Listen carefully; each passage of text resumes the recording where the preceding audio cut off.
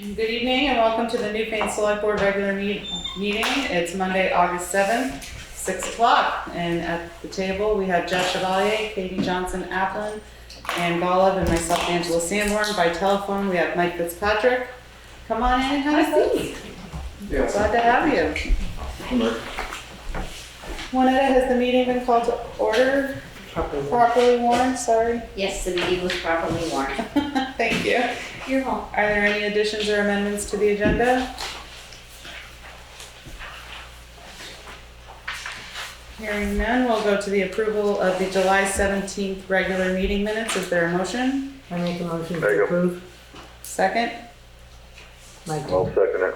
Thank you, Mike. Thank you, Ann. Any comments? Hearing none, all those in favor say aye. Aye. All right. Aye. Opposed, abstentions, ayes have it. And with that, we'll go right into the road foreman and commissioners report. Good evening, Jay. Welcome from vacation. Thank you. So the roadside mower came a couple weeks early because the town that had it before us had too much damage to mow.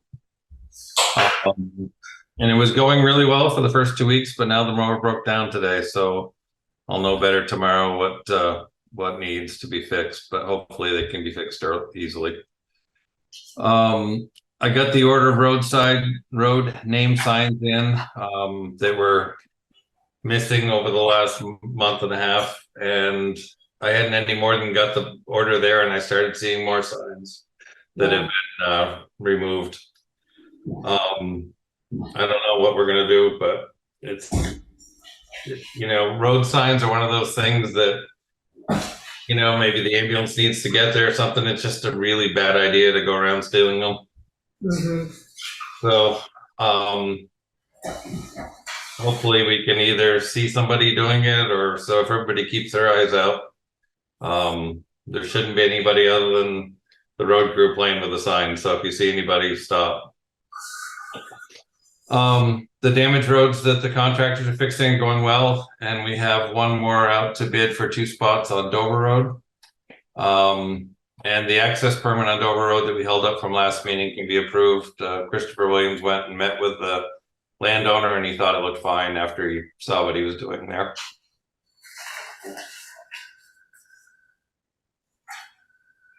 Okay.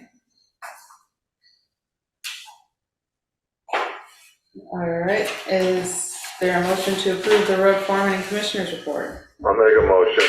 Thank you. Is there a second? I'll second it. Thank you. Discussion, we'll start at number 1. We'll just wait and hear from you and let us know what's going on. Yep. Number 2 is the signs, 3, damaged roads and In contracts. fact, we just write the road signs for a minute. Yes. Just that I wanted, since you're here, just to point out that there've been a lot of reports on Front Porch Forum of people's, I'm sure you know this, people's cars being rifled through, especially in and around South Newfane and Williamsville. I'm not sure if it's happening in Newfane proper as well. South Horsesboro Road. Brook Street. Yeah, so Everywhere. it's Everywhere. just It's happening countywide. countywide, really? Wow, stinks. Okay. We're aware, we're looking out for it. One thing I'll say about it is it takes, we're building this data set from homeowners' videos.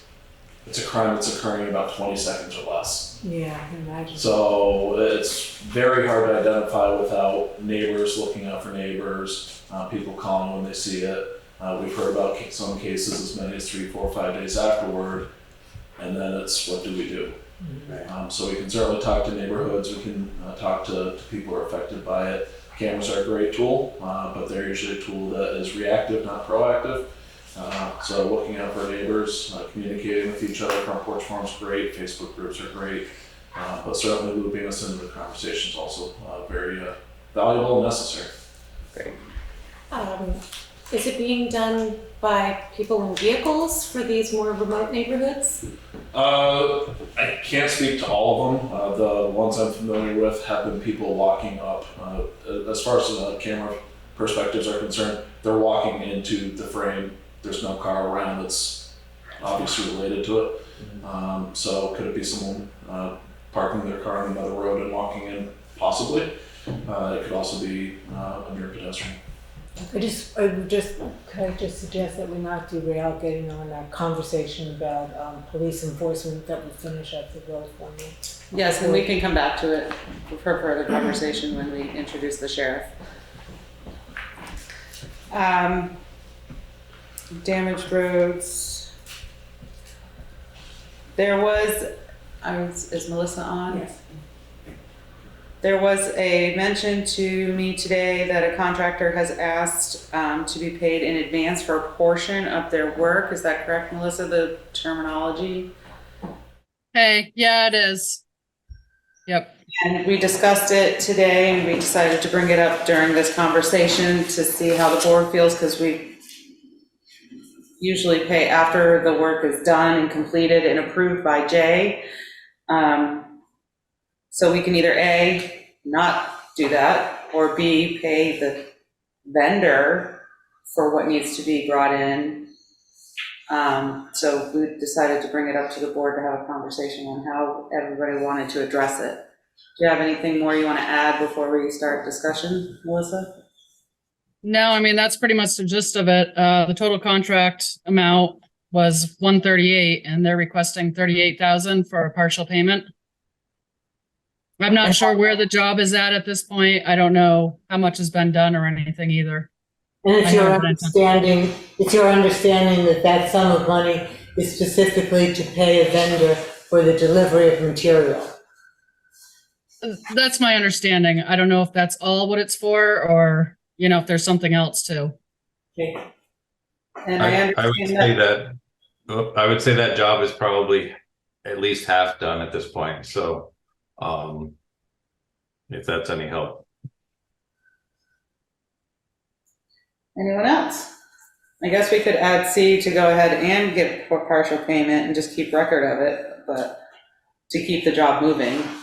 So there's 3 options, and I wanted the board to weigh in on that. I would say as long as the job is approximately halfway finished, that the amount of money that's being asked for is significantly less than half the amount that's owed. It's about a quarter, roughly. I can imagine my head anymore. I personally would be fine with it as long as we sign the appropriate papers just explaining that this is a partial payment toward the total bid. Okay. How do you feel about that, Jay? That's fine with me, yeah. The alternative, I would say, would be to pay the contractor, the vendor directly, but it sounds like in this case more than, if 50% of the work has been done and someone's asking for about 25%, I personally am okay with it. How does the rest of the board feel? Is there a precedent for this? Have we done this This before? is the first for me, This is so the first. that's why I'm bringing it to the board's attention. Yeah. Is the work going to stop if we don't pay this? I don't know the answer to that question.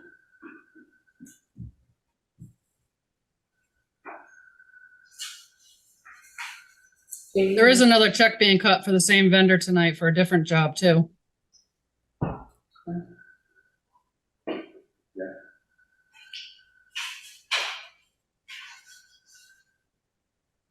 I think, the project's halfway completed already.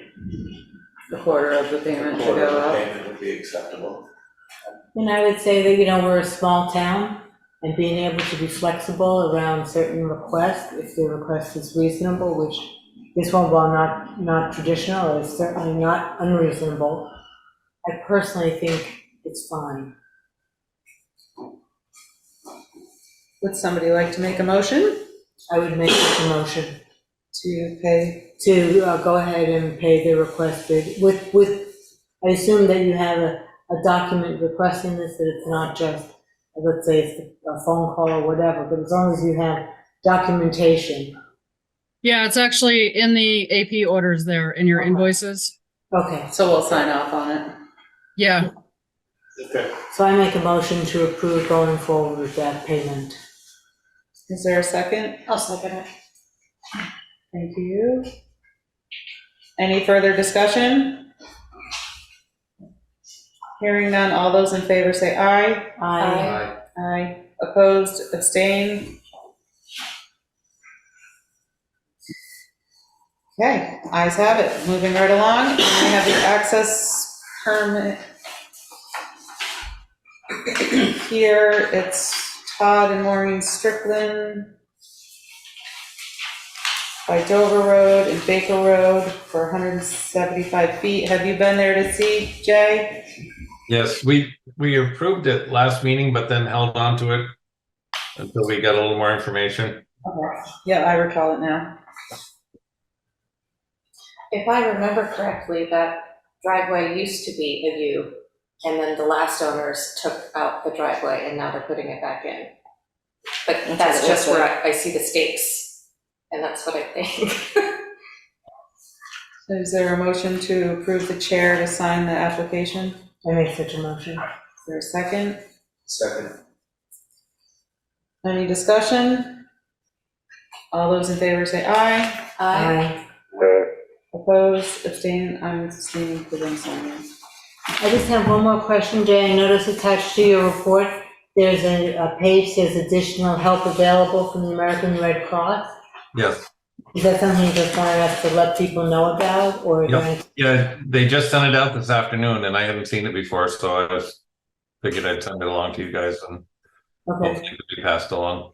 I didn't know if maybe those people that were on the 211 list, if we could have forwarded to them. We'll put that on our website. yeah. Sure. I For think that- people who are, And were there people who called, who filed with 211? There was it 8, Juanetta? Yes, I think we had 8 on the list.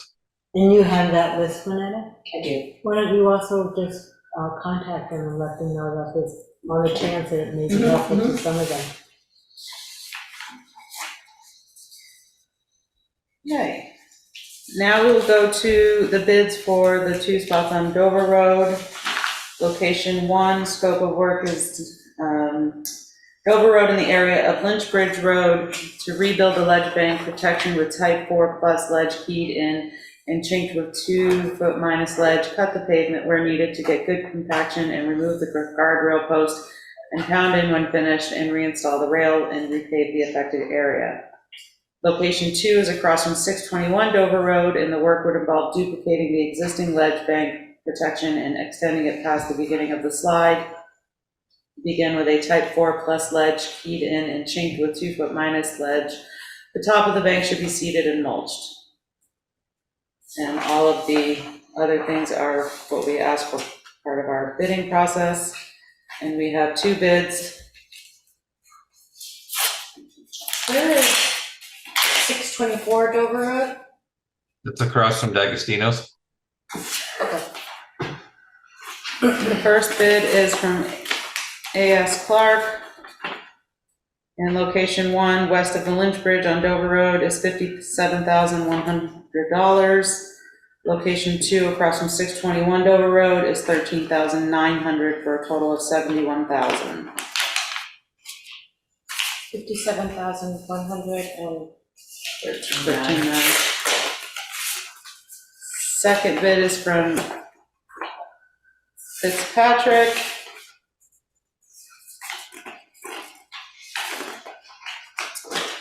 And location 1, west of the Lynch Bridge on Dover Road, is $14,500. And location 2, 621 Dover Road, is $8,500.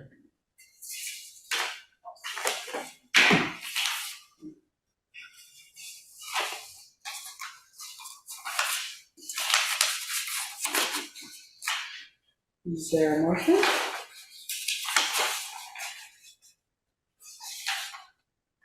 We're a total of 23,000. What's that? We're a total of 23,000. Discussions? Jay, I just wonder what your reaction is. I'm always surprised when bids come in this dramatically different.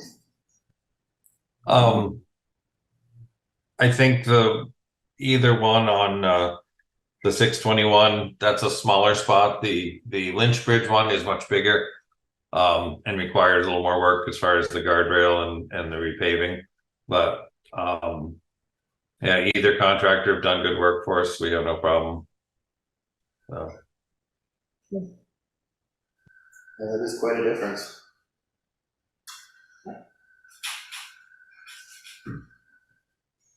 That is the nature of bids. Guess so. Then I make a motion to approve Fitzpatrick for the Dover Road work. Is there a second? I'll second. Any further discussion? Hearing none, all those in favor say aye. Aye. Aye. Opposed, abstained? Ayes have it. Is there anything further for the road foreman and commissioners report? No, just to say thank you for taking time from your vacation to join us. sure. Thank you, guys. Thanks, Jane. Enjoy the rest of your We have to vacation. vote. All those in favor to approve the report, say aye. Aye. Aye. Mike? Aye. Opposed, abstentions? Ayes have it. All right, Thank now you. you're free. Thank you so much, Jay. Enjoy your Bye, Jay. vacation. Okay. Now we'll move to the administrative assistance report. Good evening, Juanetta. Oh, okay. It's your turn.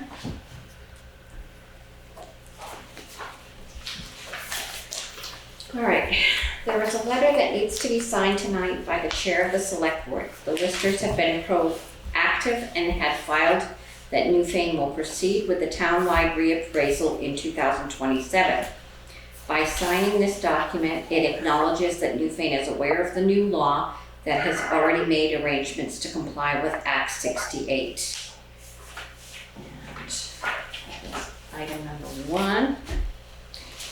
With the arch bridge replacement completed, there is a letter that was emailed that the municipality has given the opportunity to input the final inspection and find the work acceptable. Number 2, I have an animal control contract for services with an amendment to the change.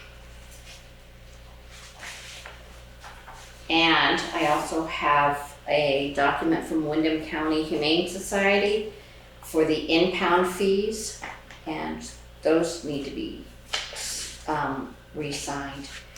The amendment to the contract for animal control only asks that it acknowledge that the services rendered under the agreement are mutually beneficial to all members of the town. The members of the town include the town of Dummerston, Guilford, Grafton, Newfane, Putney, Westminster, and Windham. And the second amendment just asks that in section 3, paragraph C, that the date changed from August 30th, 2022 to August 30th, 2023.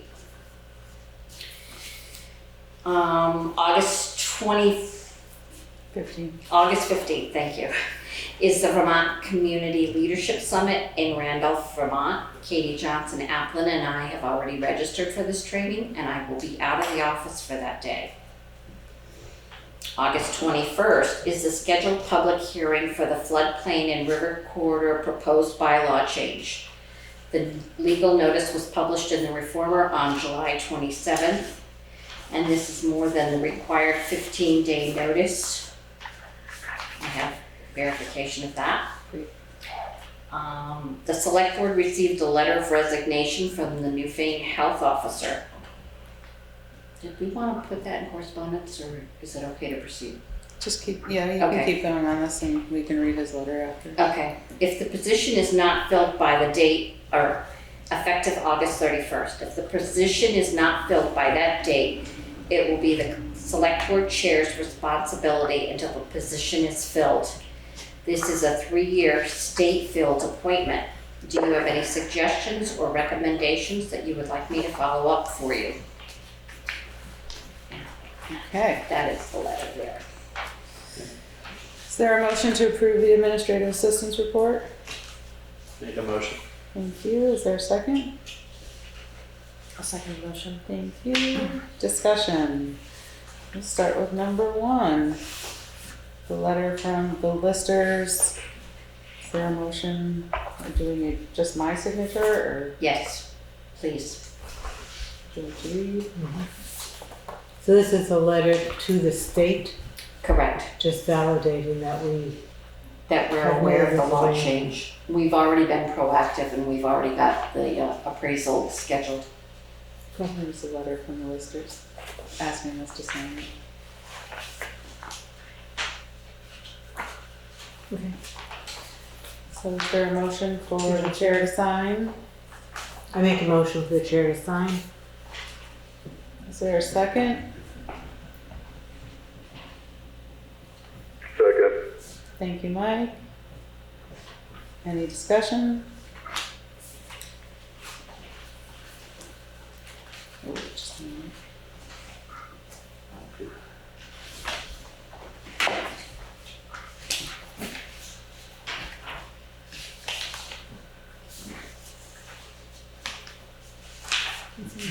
Of course, help yourself.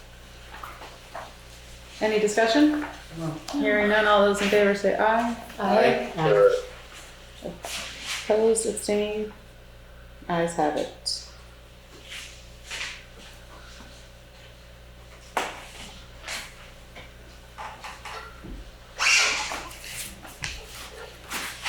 Number 2, the Arch Bridge replacement completed. There's a letter that also needs a signature. Is there a motion? I make a To motion. sign? I'll second. Any discussion? Hearing none, all those in favor say aye. Aye. Opposed? Abstained?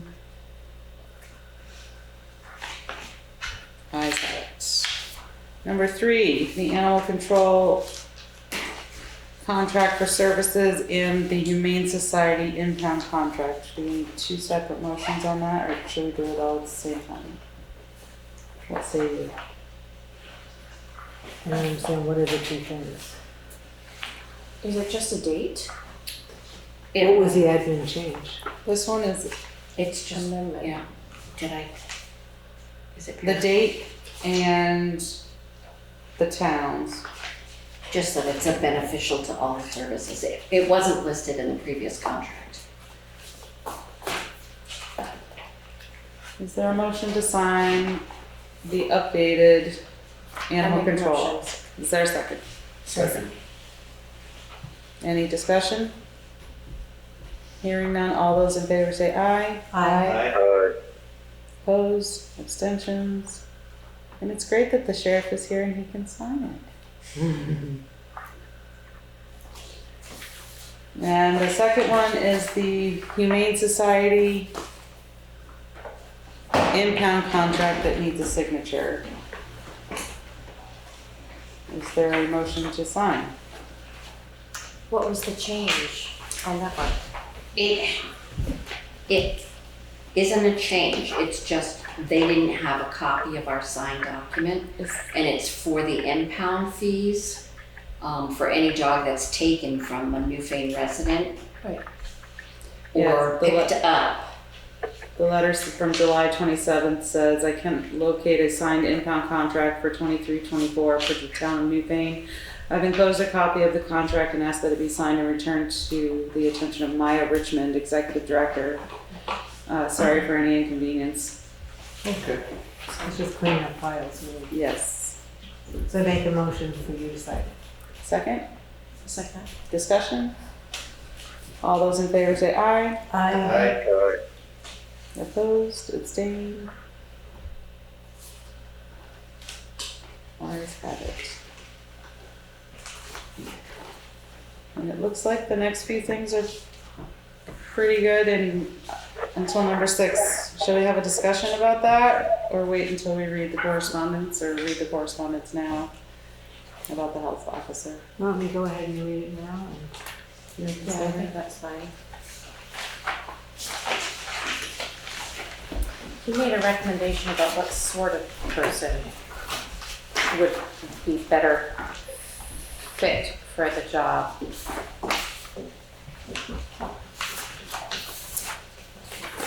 On July 13th, we received a letter from Timothy Schaefer, Dr. Timothy Schaefer, our town health officer. Dear Select Board members, I'm hereby submitting my resignation from the post of town health officer effective August 31st, 2023. I find that with ongoing work responsibilities, I do not have adequate time to fulfill the responsibilities of this position in a timely manner.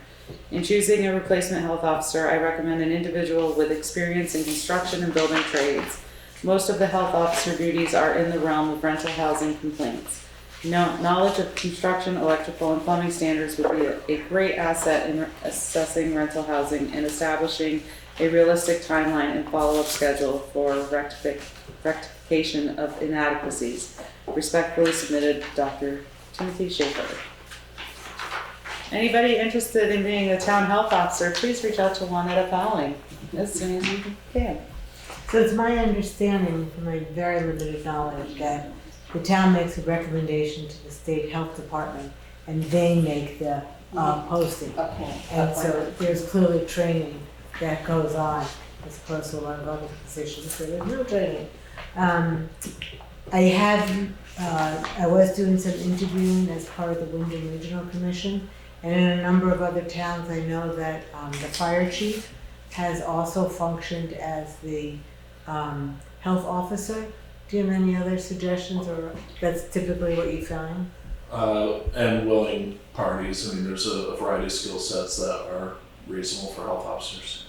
Anything else besides medical doctor was great, but I think people from public health backgrounds, the health officer will also deal with animal bites and various issues around animal control, so that's our purview into it. Certainly I take Dr. Schaefer's recommendation of someone with building trades as a valid recommendation as well. So maybe I'll reach out to the state and let them know that our health officer has resigned. effective the 31st. Yes. And I will also talk to Dr. Schaefer as well. I'll send him a message. Do you want to see if anyone at the fire department might be? I can also check in with someone from the fire department. I will be seeing And if there's someone anyone who else. might be interested, do let us know. Yes.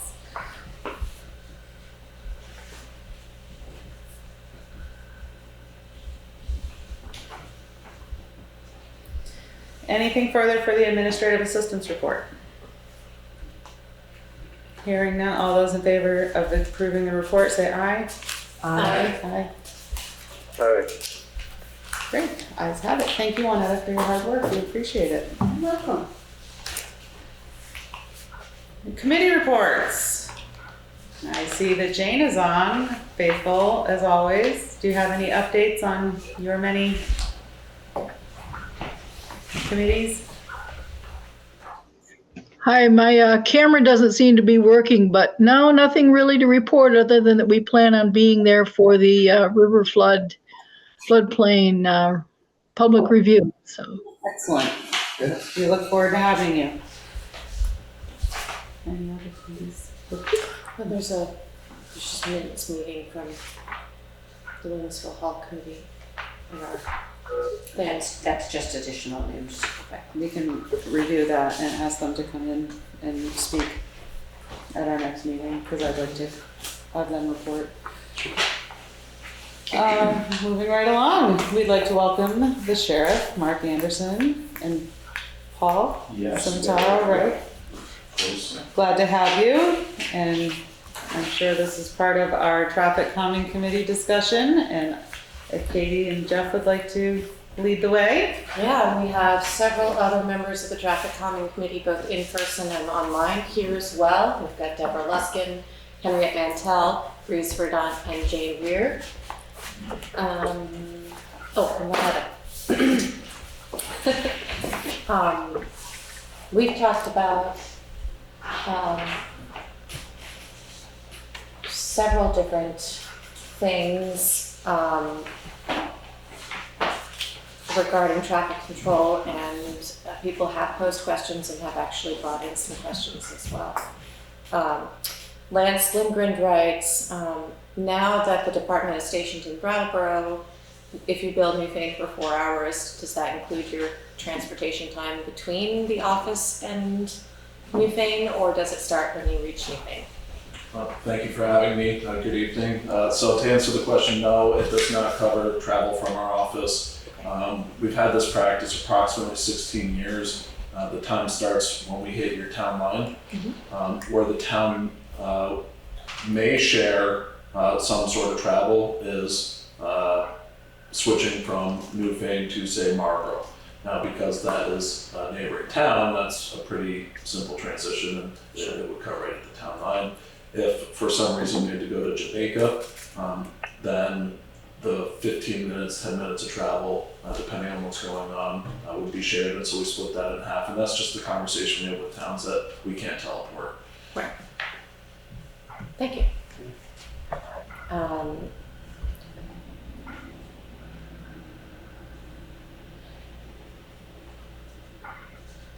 Hi, Deb. I have your question here, but would you like to ask it yourself? Sorry, she's muted. Yeah, sure. So we've got lots of data about speeding, and we've had some discussions about the idea that maybe we'll make some money on the tickets, but it turns out that not that many tickets are given, and my guess is it's because people see the cruiser and slow down. I know even when I'm not speeding, that's my reaction. And I'm wondering if there's any way to collect data so that we know how effective your presence is in a way that it's not just how many tickets you give out. So yes, we collect a lot of data. So actually your question is the most interesting one because I don't have a definitive answer. There are many. So that said, we provide the town with both objective and subjective report each month. So what the deputy's doing, tickets, warnings issued, fine amounts. And we've always said it's kind of like the rough math. We'll give you the full report, which is what is emailed to Lynette each month, which includes ticket numbers and anything from that. When we talked about traffic calming, when we talk about data, and we want to talk about effectiveness, then we're going to talk about three concepts that have come before this board before to share, but I'm going to say it again just in case anyone hasn't heard it, or for the members of the public. So there's three components to traffic safety or highway safety. One component's engineering. I don't do that other than we make recommendations to engineers based on what we see on the ground. One is education. Law enforcement absolutely does that, either in settings such as this. It could also be roadside on a traffic stop saying, you're going 50 miles an hour in a 30 mile an hour zone, and these are all the hazards you're exposing others to or you're exposing yourself to. So education happens both in enforcement settings, but also in public hearings. And then finally, the third one is enforcement. That's pretty straightforward. We stop car, we do something. We call it a three-legged stool. You can't have the stool stand up without any of the three legs. If we take out enforcement, then eventually we'll just see lack of compliance over time. If we take out education, we're not going to have people understand why it exists, and this is where we would call it the stupid law. If we take out engineering, well then there's no speed limit, so what do we enforce? And so all of it comes crashing down on itself. So to the point of how can we measure effectiveness, we have a few different tools that are accessible to the town. One is our speed cards. They also have traffic logging information. So what you can get from that is what's known as the free moving average of speed in a road. What does that mean? Without any intervention, what do cars normally travel at? So if we have Route 30 right in front of town office, and just picking it because it's right here. If we have Route 30, town office, 30 mile an hour road, and we're finding on average 90% of cars are going 50 miles an hour, we hand that to engineers and say, what's wrong? Is this an inappropriate speed limit? Now everybody who lives in the village is going to say, no, that's not inappropriate. We have pedestrians, we have businesses, we have cars coming out of driveways. Then is it an engineering issue? Is it design of roadways? Could we put in various different systems that would help slow speed to something that's considered safe? So free moving average is one tool. We have another tool that also will do the same thing that is non-visual, so people wouldn't know that it was deployed, but we can provide that data. I believe we actually had provided that to Newfane before maybe for Dover Road, but I'd have to go back to check. The another piece that we can also analyze is detected speeds. And actually, I apologize. It was the fourth graph that was supposed to be in the document I provided you tonight, which is not here because I apparently did not copy and paste it. So I do have that. I will provide the updated version, and in the meantime, I will eat crow on that. And so what that does is we take a look at what is the speed that we're seeing in a given location. We can narrow it down as close to the roadway, so it's not going to be precise, as well as the speed zone. And what we can do is take the difference of the actual speed versus the posted speed and say, well, what's happening? What I can say is that a majority of speed violations for Newfane were in the 10 to 20 mile an hour range over the speed limit. I should say 11 to 20 mile an hour range over the speed limit, which is fairly common for the size of our enforcement contract because enforcement is not consistent. Often what we find is that enforcement is not going to be an effective tool towards slowing speed unless we raise it to the level that there's a fear of enforcement. So the town of Newfane took that step during the last town meeting to increase its contract. So there should be more presence, which should have a greater impact on that. But those are two measures that would probably be some sign of it. We also know that losing control of a speed controlled zone takes about a month.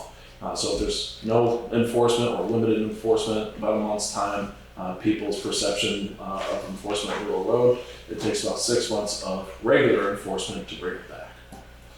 So to that end, I think those are the tools that we can measure. There's other tools out there, but I think we would have to isolate what the problem is that we're trying to solve, and then talk about what appropriate metrics would be.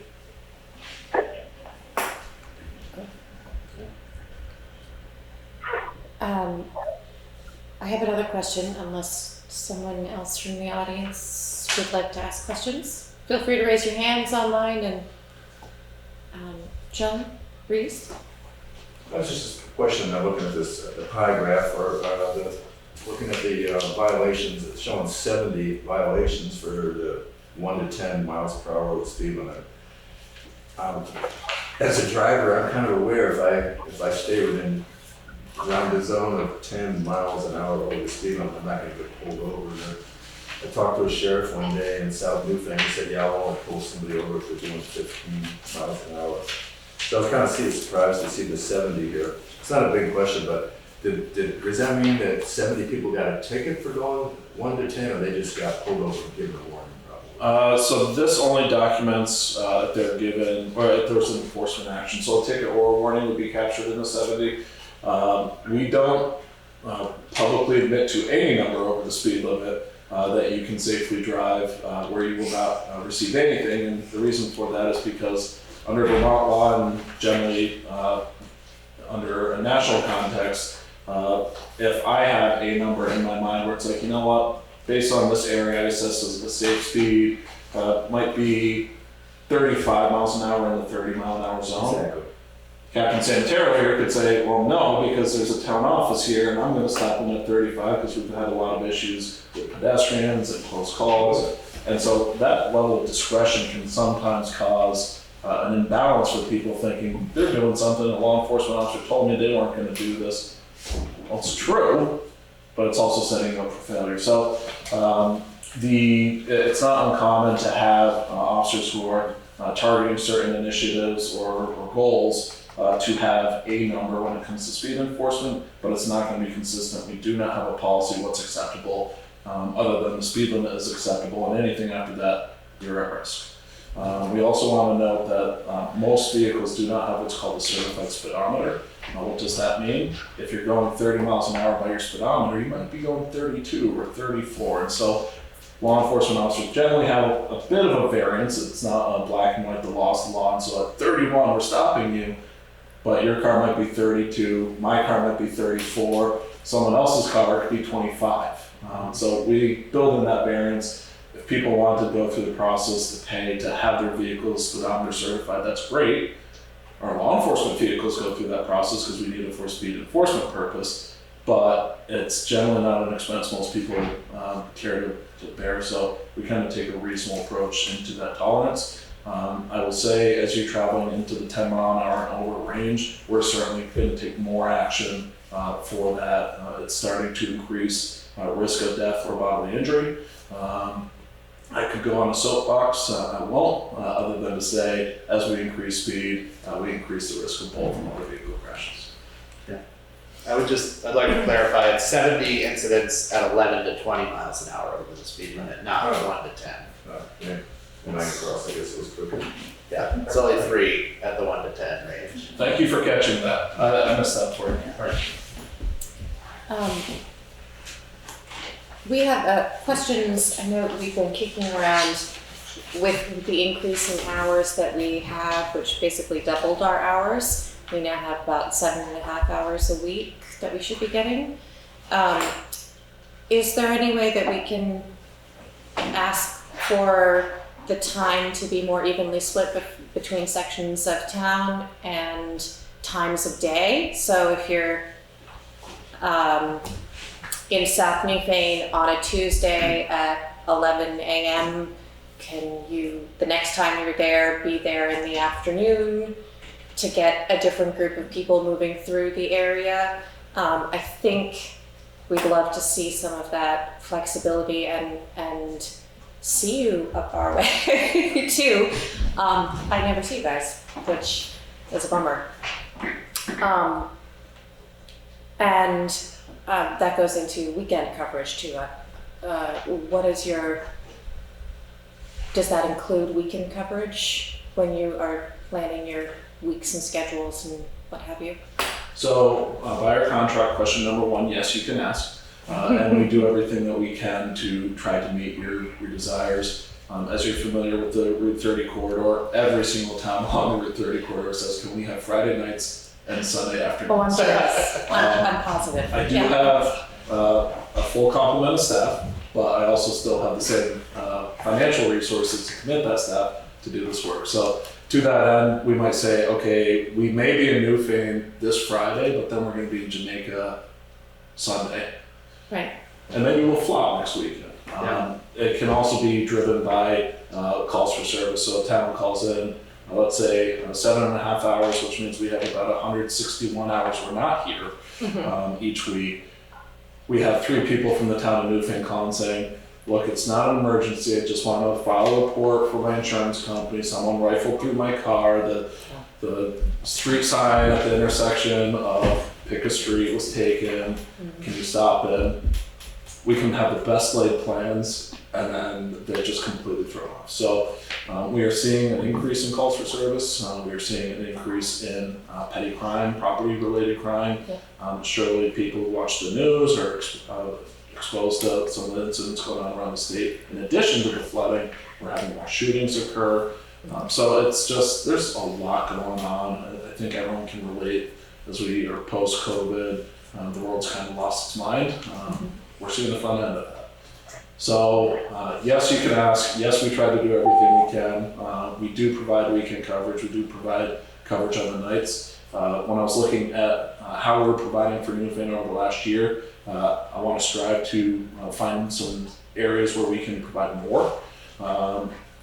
Just because I think that while many of the shifts were valid times, they made sense, I think just we have an idea of some of the things that we can do in the evening hours and the weekend hours that would help.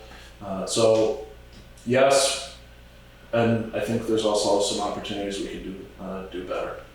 Great, thank you. We also, Chime in, Paul. we also, the sheriff probably was going to mention, I'm sure we also have the governor's highway safety grant. So we have an officer who works full time, a police sergeant, who it's no cost to you. He will come out here and do traffic safety out here. So even though that you have the 8 hours a week, you're still on top of that. That would be great. You have the highway safety sergeant out here also.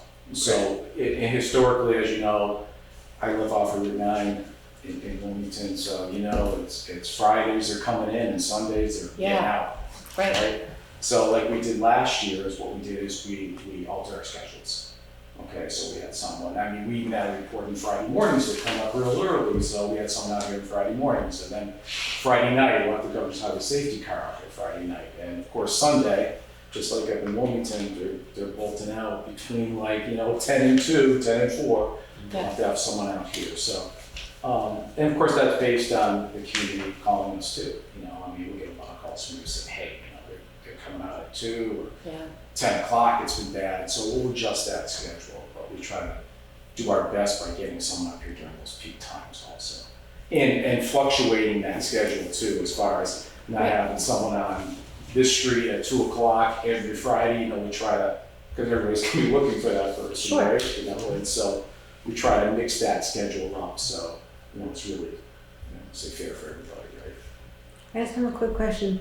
Did I understand it correctly that if a resident calls and says, let's say my car was rifled, and you come to check out that homeowner and talk with them, that time is taken out of the time that's dedicated for Newfane for that week?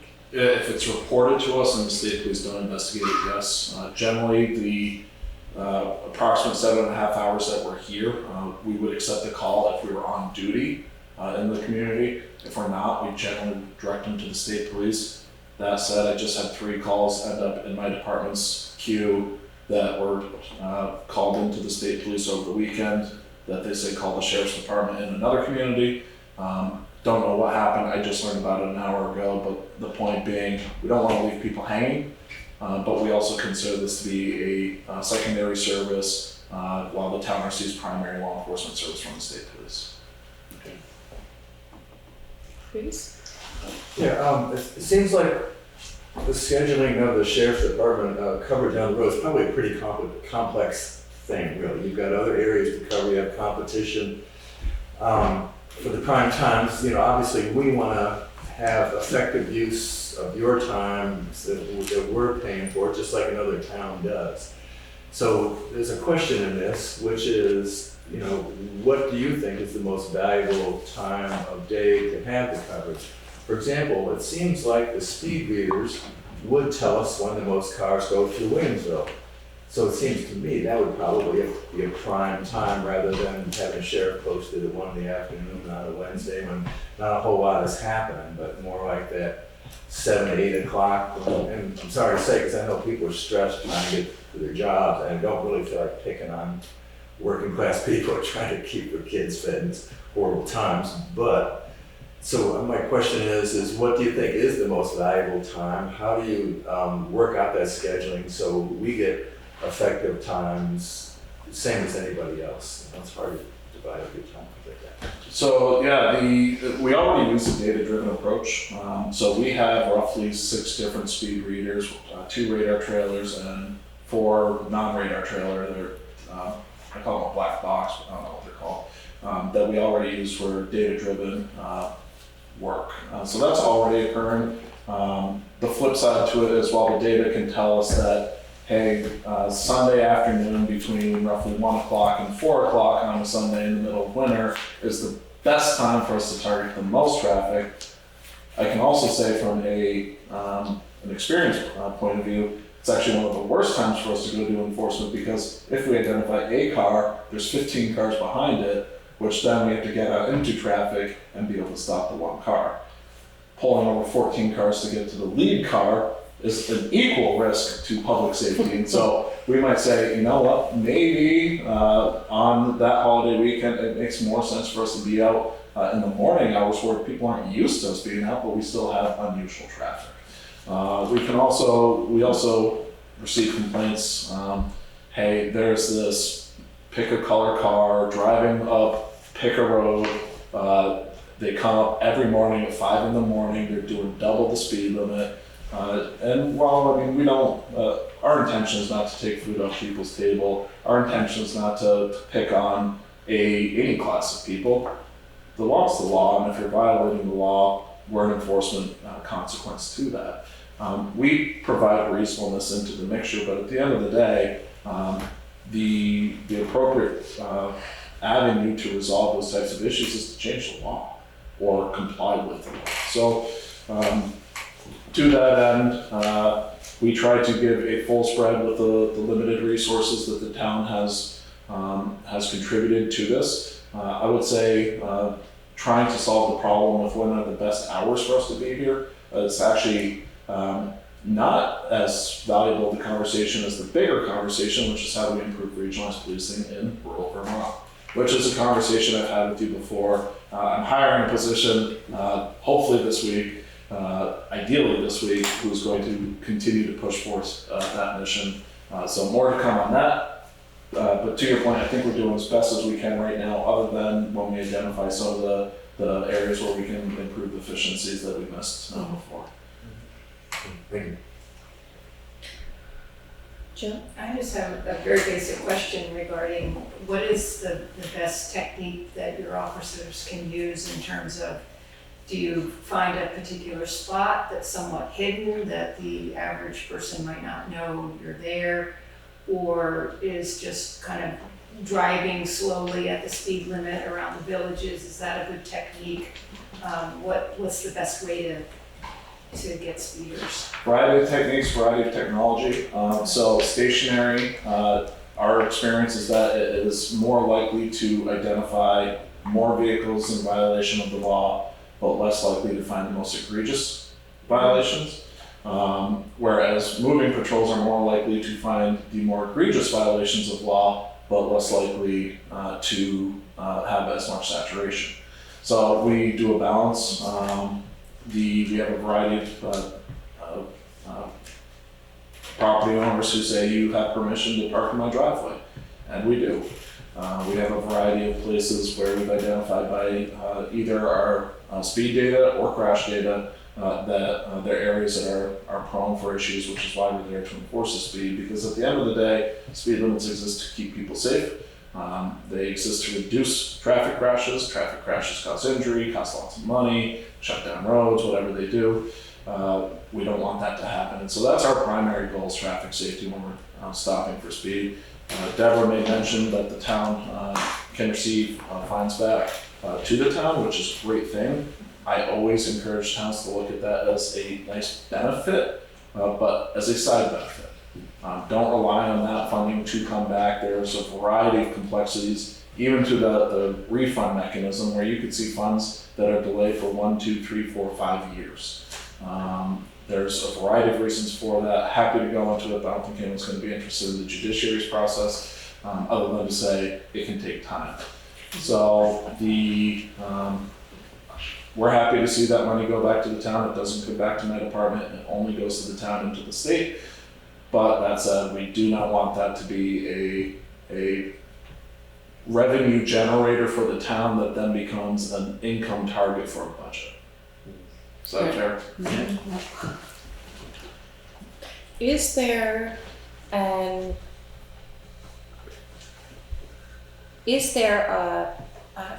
amount of coverage that becomes enforceable, like that actually makes a difference, that's other than full-time? Like, is half-time, is 20 hours a week better? I'm just curious. Is there a sliding scale number where that number becomes most effective? I'm sure. I don't have the answer for you because we've never really had the resources to find it. Okay.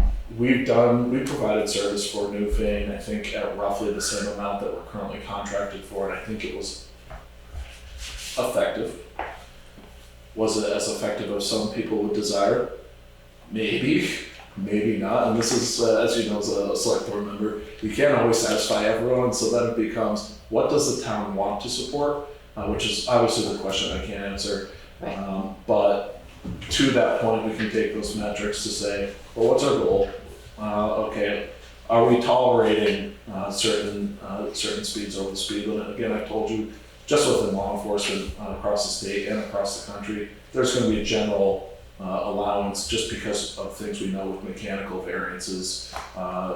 So where's the acceptable limit? And that's a conversation.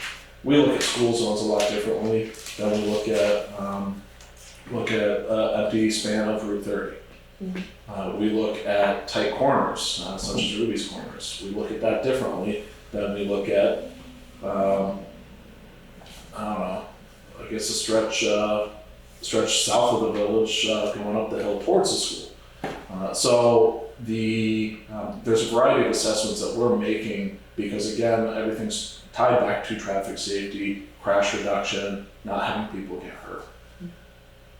I would just say that the one thing in terms of looking backwards about what's been effective previously, the big change is that the volume of traffic has increased so much in the last few years. And I think there are obviously a couple of reasons why that has happened in regions like ours. But it just makes me wonder, are you aware of any of our neighboring communities that have had better success? Are they doing something different than what we're doing? Is there something else we could consider doing, in your opinion? So neighboring communities are experiencing the same stress with regards to traffic, and this is actually an issue statewide. So Newfane is not alone in this conversation. Some communities are investing more in policing. Some are investing in radar speed feedback signs, such as the ones coming into the village. I strongly encourage those. I love those. They are a great engineering tool. How we accomplish the solutions, I think we have to look at each case and determine why we're having the issue we're having. Commuting traffic is different than tourist traffic.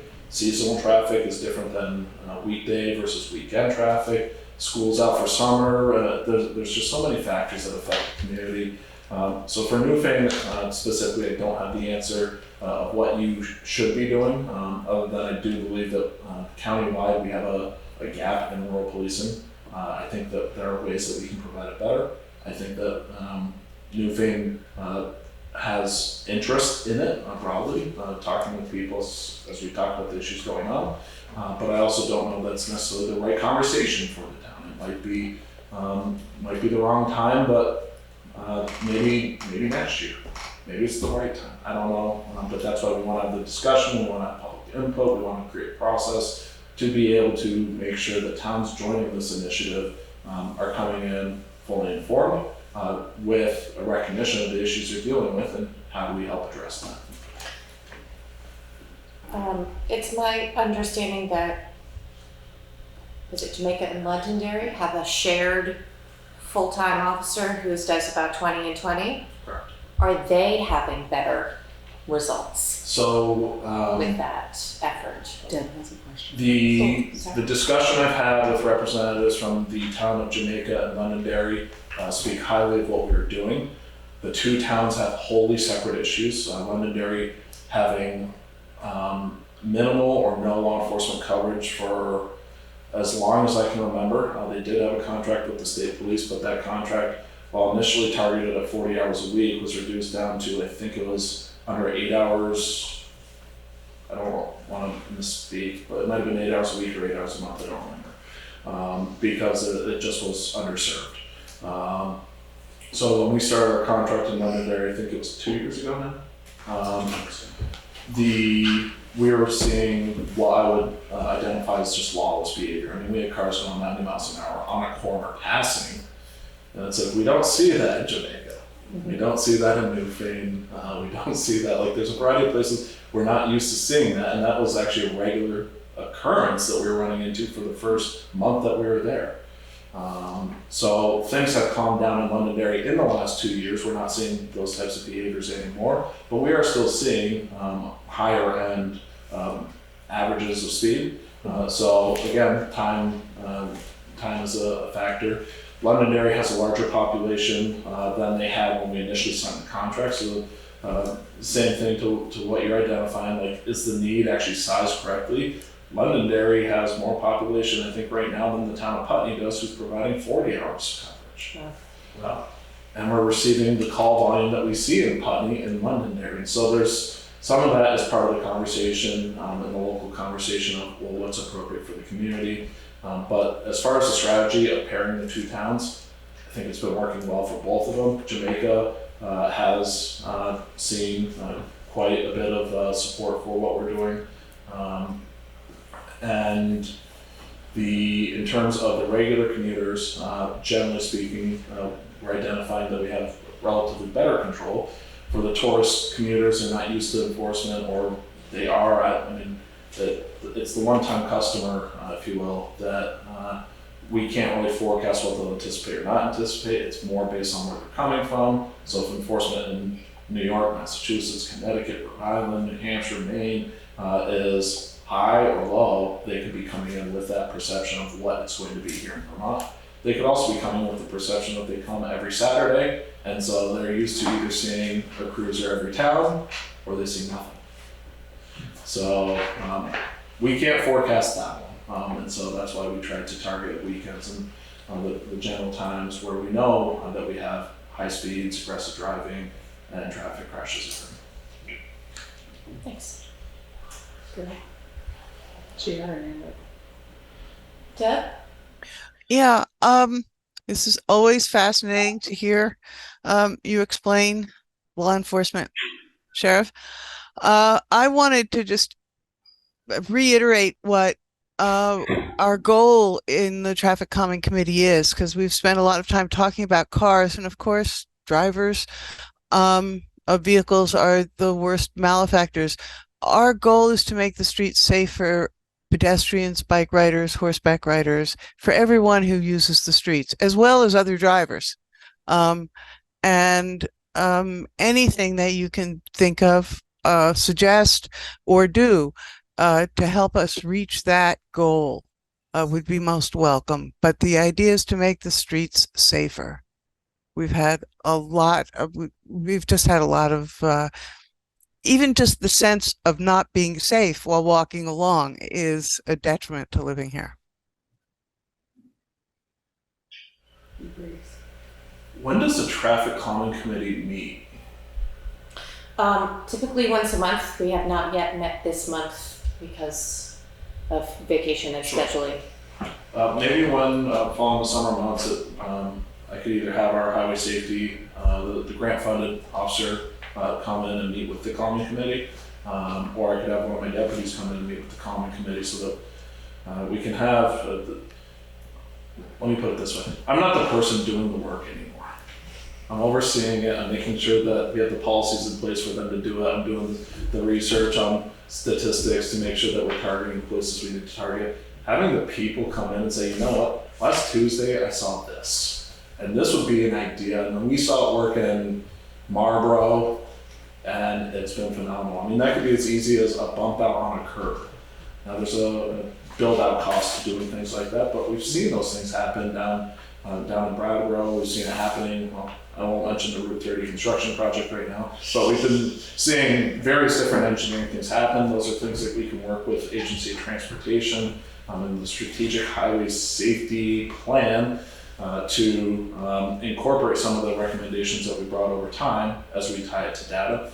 So that might be an opportunity that we could also provide some insight to the committee and try to align the goals of the committee and the goals of the town with our enforcement strategy. That would be great. That would be great. Please. My question is more towards the board. I think if I heard correctly, you're saying that Jamaica has splits and they have 20 hours a week? Yes. Yes. So I'm They have a wondering, part-time if officer. they can afford 20 hours a week in Jamaica, I'm just wondering why we don't have 20 weeks a week. Don't feel we can afford 20 hours a week. I love the idea, and I will continue rooting for more patrolling hours during budget season. That could be a direction for the traffic calming committee to focus on, is how to bring that about.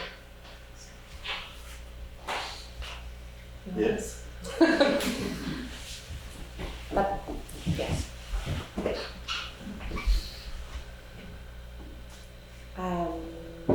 Any other questions for Sheriff Anderson tonight? Anyone up there want to speak? Do we have a figure of what percentage traffic increase we have on these roads, say over the last 30 years? 30 years, I could not tell you. I could pull statistical data that we have. We've been running the The data logging tools for probably the better part of 10 years. Do we have all that data still? I don't know. Okay. I would be hard pressed to think that we got rid of it. A lot of it's been stored electronically. We have an electronic storage of those things. Do we have it in consistent places? Did I measure from the same spot on Route 30 or on Dover Road or wherever? Those might be somewhat apples to oranges, but Wyndham Regional also does their counters, which should also log speed. I don't know if all of them do, but some of them do. Some of them can also log direction. So between the two data sets of what I have and what they have, we might be able to determine that. AOT might also have it, so if you're talking to VTrans at all, on any other initiative, if you want to throw in a question to them, they might be able to provide it as well. Yeah, I'd just be curious to know how many more cars we are seeing day-to-day basis. And, Our signs do count that, our data signs, Yes. and it's all part of. yeah. But they haven't been running that long. It would be hard to tell us how many more cars are on our road now than they were 5 years ago, 10 years Well, ago. Jake can pull that data for me. Yeah. One hard part that I will have with Newfane is that we didn't provide coverage to Newfane for law enforcement services for Right. probably the better part of 10 years. So we might not, the grant equipment that we have, we may have captured it, we may not have. We have 4 devices to hit roughly 800 square miles of territory. So not to say road miles, but those get pushed out quite a bit. Yeah. And we just got those in the last couple of years. But I think data collected in Dummerston, Townsend, or Jamaica would all give us an idea of what that was like too. Yeah. As well as, I don't know how or if Dover provides any of that information to you, since they are a separate force or anything like that, but all of that would be pertinent to us because it's part of the same road corridors. Yeah, we have a great relationship with Dover PD. To ask the chief for any of their information would not be a hard request. Great. And when you say Wyndham Regional, are you talking about the Wyndham Regional Commission? Yes. Thank you.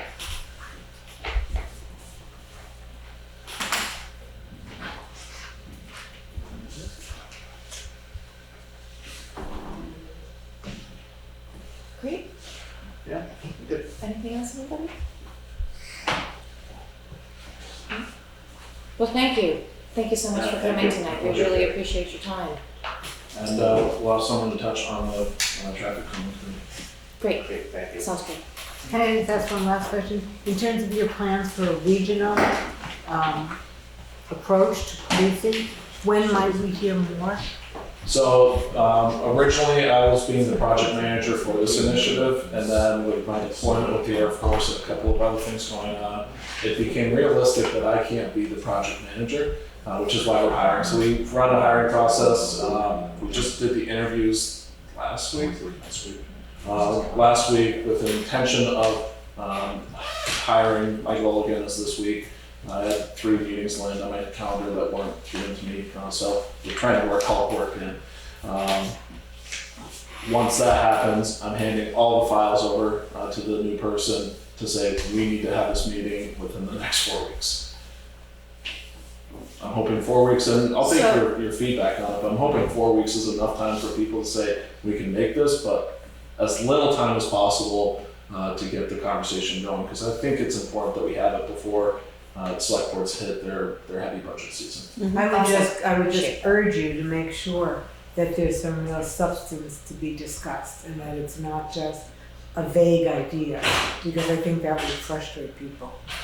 It frustrates me. We're trying to balance a fine line of we have all the ideas, which I'll tell you right now, I have all the ideas, with public input and public process. So this is where that line is. That's why I'm asking for some feedback to that end, is I can tell you exactly what I think. But then people say, well, you've already made up your mind, so why are you asking us? And they're frustrated on the other end of it. So we're being mindful of that, but we do have some concrete proposals. I'll tell you right now, the animal control program was somewhat of a pilot project for this idea. So the town of Newfane's already participating in that. It's working very well. Part of the reason you had an amendment today is because we had 3 towns come on after we had already created the draft. And it was like, they called and said, we want this now, we passed it at our town meeting, we weren't aware. So that's, it's growing, people are recognizing the need for animal control, people are recognizing the need for law enforcement right now. Would recommendations for which towns together be included in that information that you'll pass on? Because that, I think, I mean, we only have so many neighbors. So we're looking at it as a countywide initiative for towns that do not currently have a police department. Sure. That said, we also believe that there's, to a degree, you know what towns you work with better than I do. And so you might have relationships where you're sharing fire equipment with Brooklyn, which I know about that because of the name on the fire department. Yeah, and school. And school. But it might also be that I overlook that you have a strong relationship with another neighboring town who it also makes sense. A loose suggestion is towns that have roughly three towns in a geographic region makes sense. Could it be 4 in some places? Sure. Could it be 2 in some places, like it is with Putney and Westminster? Absolutely, but that's a larger population center. So we're being somewhat loose with that, other than some light recommendations of these are who's near you, and geography makes a lot of sense on this entire conversation. Right. We also have a strategy for, okay, well, the Route 30 corridor, all that's serving several communities, and that drive is way quicker than me driving from Putney over the mountain, which just that drive alone takes time. Yeah. So taking advantage of the natural highways along the valleys also makes sense from a geographic standpoint. So then it comes down to dollars and cents and personnel and deployment of those personnel, and what do people want to accept as, I guess, a risk or exposure, but also what do they want to accept as a standard of service and a standard of care. Right. Okay, great, I'm excited. We are too. Any other questions from folks on Zoom? Just thank you, it's been really educational and hopeful. Would you like me to take that over? Yes, please do. We'd like to thank you both for being here and all your hard work, and look forward to the meeting that will be approaching. That'll be exciting. Thank you. I'll let you know when there's a traffic calming scheduled. Wonderful, thank you. Be in touch. Take care. Good night.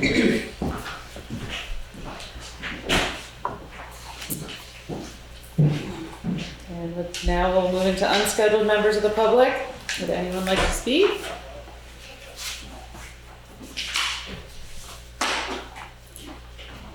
Yes, Deb. Oh, are you leaving? Are you speaking? Just saying goodbye, thank you. All right, bye, Deb. Good to see you. Bye-bye. Now we'll move into old business and follow-up items. Number 1, town beautification suggestions. How's that going along? I have nothing to add right now. Okay. Like my summers are just FEMA? We are still waiting to hear from them about whether or not they will accept the property.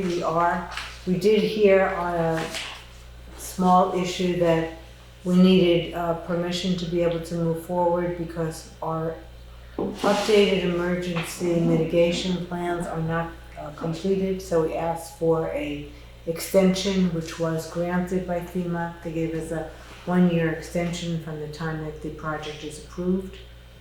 So hopefully that will be completed soon. And we are moving ahead with the inspection for the phase 1 hazardous materials. So that I'm going to meet the gentleman who's doing the site visit next week, and that whole process will get started. I don't think it takes very long because this first phase is just doing the research. So that has been going well. Good. Moving along to ARPA updates. I don't have any. Nor do I. floodplain river corridor bylaw proposed changes. That seems to all be going smoothly, and that's the August 21st meeting. Yes. So- And I would just remind people that we have a PowerPoint that's on the town website that explains what the law is like, what it's about, what it does, what it doesn't do, and that we can answer any questions people have at our meeting on the 21st. But if you have a minute, please take a chance to look at that presentation, because I think it answers a lot of questions and gives some helpful background. And we've confirmed that Alyssa will be here. I have, yes. Okay, great. Number 5, the personnel policy changes and recommendations. Have you received anything back? Not yet, that's still out to the LCT. Okay. Did they give you an estimate of when they get back to you? They're really busy right now. But yes, soon, soon is that the best that they can I see. give me for the time being. Okay. Anything else for old business? New business? Any new business? I don't have anything. If there's nothing for new business, we'll go into correspondence. We did receive a letter from a resident having some complaints with the zoning administrator, and I'm going to start researching that, and we'll bring it to the next meeting after I've made some calls. Are these all, what is that one? It's all part of the same. Oh, that's all part of this?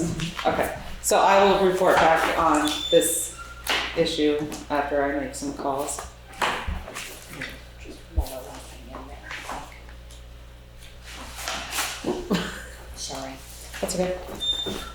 Celebrating American democracy, the Windham County NAACP 4th Annual Freedom Fund Dinner, Saturday, October 21st, 2023, 5 p.m. at the American Legion, 32 Linden Street in Brattleboro, Vermont.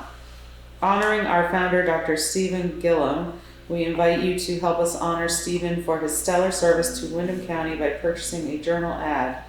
And then there's prices. For more information, at tinyurl.com/4thfreedom. I believe that's the email address. You can contact Juanetta if you're interested for more information on that. July 10, 2023, dear Southern Vermont Select Board Chair, we are pleased to announce an upcoming program launching this fall called Southern Vermont Get On Board. The program is designed to help recruit and train community members who are interested in participating more fully in local government, from serving on local boards to helping with community development projects. As we get ready to launch registration, we are reaching out to select boards and other interested town government bodies to ask for your help in getting out the word about the program and recruiting participants from your community. Please share the attached announcement in a meeting and help connect us to the right person to serve as our contact in your community. We have included a second copy that you can forward on to others as appropriate. If you have any questions or would like one of us to attend an upcoming meeting to share more about the program, please reach out. Best regards, Meg Stoloff and Rachel Shields from the Southern Vermont Economy Project Manager and the Program Specialist. So if anyone is interested as well, please contact Juanetta. Any other business that we need to discuss this evening? I just have one thing. I was wondering if it would be possible if all the documents that are shared through Juanetta could come through in a PDF versus a Word program.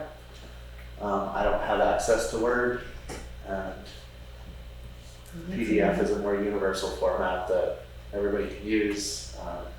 It's much easier to create clickable links through those documents. Are you able to do that? I can. Great, thank you. So I'd like to suspend our regular select board meeting at 7:20.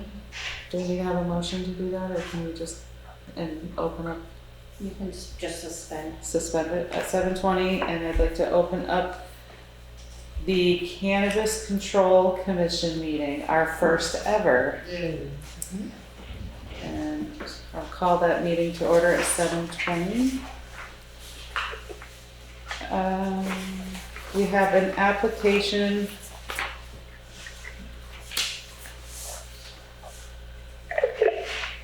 bear with us, it's our first one. This is just for the small cultivator, has been approved with its issuance pending approval by your local control commission. This applicant's proposed cannabis establishment is within your municipality. Pursuant to state law, most cannabis establishment application materials are confidential. See Title 7 VSA Section 901H1A. The board is sharing some of the application information in this document to facilitate the local control commission's licensing review. The board asks that you abide by state law and maintain the confidentiality of this information. The local control commission may request further information about the proposed cannabis establishment directly from the applicant. So we can release the business name? The business name, but not the address. So this is an application for Snow Farm LLC Alternatives. Outdoor grower. Tier 1 outdoor grower. It's the smallest number of plants, which I can't remember how many that is right now, but it's not tons. And they have to demonstrate everything to the state before they... For this license type, the applicant has asked the following questions, which may be relevant to your review. Do you comply with required inspections or permits from other state and local agencies, for example, certificates of occupancy? They answered yes. Next question is your proposed cannabis establishment project in a public building? Their answer is no. Is the physical site of the operation on a municipal water supply? Answer is no. And all applicants are required to comply with the Division of Fire Safety requirements, which is documented through a non-jurisdictional letter of Fire Safety Inspection Report. In order to issue this license, the CCC requires the approval of your town's local control commission.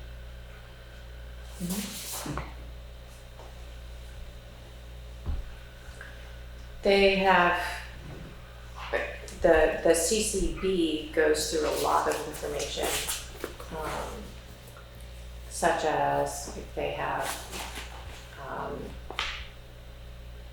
different forms of security, like video and this and that all of those parameters change depending on the size of your business. So tier 1 is the lowest, which means that they only have to have X, Y, and Z forms of security, and they have to have insurance that's up to X amount, and they have to have a few various other parameters, but they're at the low end of oversight as far as that goes. We do have a memorandum to the Newfane Cannabis Control Board from Carol Hasselbeck, our town clerk, dated July 24th, in reference to the outdoor cultivator Tier 1 small cultivator license. And she writes, the Vermont Cannabis Control Board is poised to approve an application for an outdoor cultivator Tier 1 small cultivator license.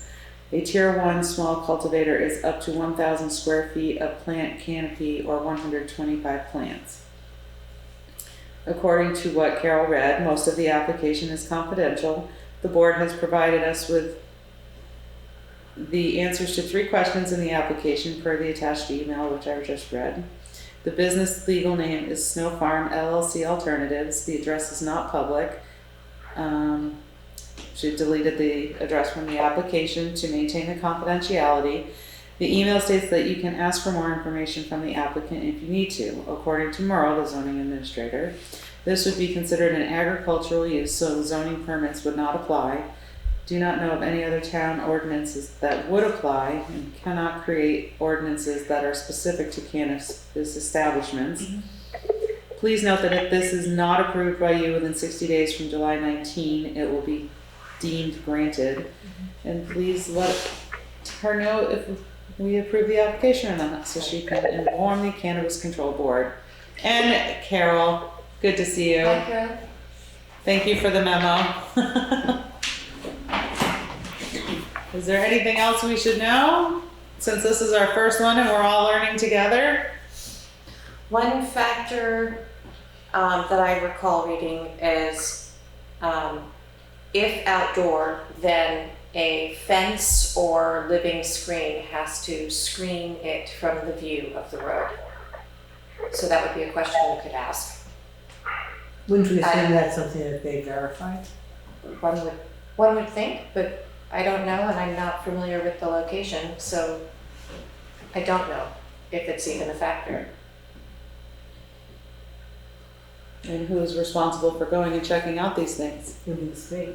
That would be the state. That's the state. Yeah. If we don't even know where it is. Carol, did you?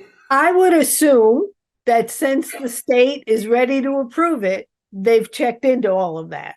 Right. Okay. Because they have all these rules that the outdoor cultivators have to meet. And I'm sure they have their own inspectors and stuff. So since they're ready to approve it, that sort of things I would think are, covered by their application and by their own inspections. I think they're mostly thinking when you guys get to approve stuff, if they're having a store, did they meet the town zoning regs, if they're doing, but this is an outdoor farm. It's what it is. It's a farm, and there really isn't much you can do. And I don't know what you would want to know from them that we could make any effective changes to their plans, because they had to meet the state requirements before the state said, okay, we're going to approve this. Okay. I would say that, in my memory, when we decided to form our own cannabis control commission, that the purpose was so that we would know what was going on. So that we would be informed. So basically, that's what's happening. That's what's So happening. now we know. We're going to have one farm somewhere in Newfane, Mazel Tov.